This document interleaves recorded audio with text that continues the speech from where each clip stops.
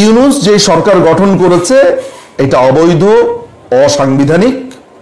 ও 7-এর ক খ এগুলোতে পড়বে, 7-এর কতেও পড়বে, খতেও পড়বে, অর্থাৎ 7 অনুচ্ছেদ যেটা আছে সেটার আন্ডারে উপ অনুচ্ছেদগুলোতে পড়বে। ও রাষ্ট্রদ্রোহিতার অপরাধ করেছে। যারা ওকে সাহায্য করেছে, যেসব সচিবরা, লোকেরা, ব্যক্তিরা, প্রত্যেককে এই বিচারের কাঠগড়াতে দাঁড় হবে একদিন। এটা হচ্ছে পরিষ্কার কথা। সংবিধান তাই বলেন সর্বোচ্চ শাস্তি মৃত্যুদণ্ড। পরিষ্কার করে জেনে রাখেন। এখন এই ওয়াকারুজ্জামান যা করছে, এরা যা করছে, এরা সহযোগিতা করছে তো এই অবৈধ এই ইন্টারিমকে, যারা তারা নাম দিয়েছে ইন্টারিম, তাদের প্রত্যেকের বিচারে বাংলাদেশে হতে পারে।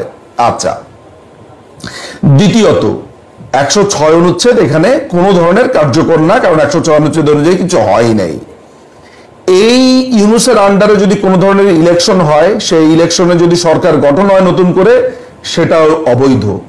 বাংলাদেশে এই মুহূর্তে মাননীয় প্রধানমন্ত্রী শেখ হাসিনা, এখনো প্রধানমন্ত্রী শেখ হাসিনা যে কিছুই বলেন না কেন, শেখ হাসিনা এখন পর্যন্ত প্রধানমন্ত্রী সংবিধান অনুযায়ী। এই সংবিধান চেঞ্জ করা, এই সংবিধানকে পরিমার্জন করা, পরিবর্তন করার কোনো সুযোগই নাই। একমাত্র সুযোগ হচ্ছে মাননীয় প্রধানমন্ত্রী যদি ক্ষমতা হস্তান্তর করে এবং আদালতে যে তত্ত্বাবধায়ক সরকারের প্রসিডিংস চলছে সেটা যদি তত্ত্বাবধায়ক সরকার ফেরত আসে, মাননীয় প্রধানমন্ত্রী তত্ত্বাবধায়ক সরকারের কাছে ক্ষমতা হস্তান্তর করলে, তখন সেই তত্ত্বাবধায়ক সরকার ইলেকশন করলে, তখন সেটা আপনার একটা ইলেকশন হতে পারে, তখন সেই সরকার ভ্যালিড হতে পারে। সেটা কোন সরকার আসবে সেটা তো আর আমরা এখন বলতে পারি না। ফলে এই হচ্ছে একমাত্র পথ। আদারওয়াইজ যা কিছু হবে সমস্ত কিছু অবৈধ।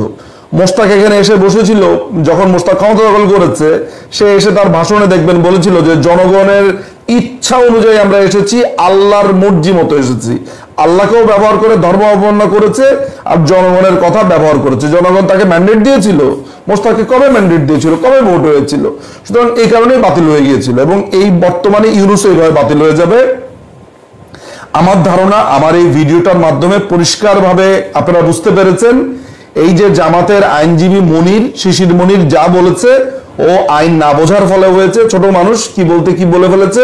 আইন তেমন একটা পড়াশোনা নাই। ও একটু ভালোভাবে, যাতে আমি ওকে অনুরোধ করব, হ্যান্স কেলসন ভালোভাবে পড়বেন, স্টোন পড়বেন, প্রফেসর লাস্কি পড়বেন, ফিফথ অ্যামেন্ডমেন্ট পড়বেন, আসমা জিলানি পড়বেন, অ্যাটলিস্ট এগুলা পড়বেন। Basic structure of the constitution কি, কেশবানন্দ ভারতী কেস পড়বেন, মিনার্ভা মিলস কেসটা পড়বেন। হ্যাঁ, এইসব মামলা টামলা পড়ে একটু বোঝার চেষ্টা করবেন যে কোথায় আছেন। আন্তাজি পাবলিককে এইভাবে বিভ্রান্ত করবার কোনো কারণ আমি অন্তত পক্ষে দেখি না। অনেক ধন্যবাদ।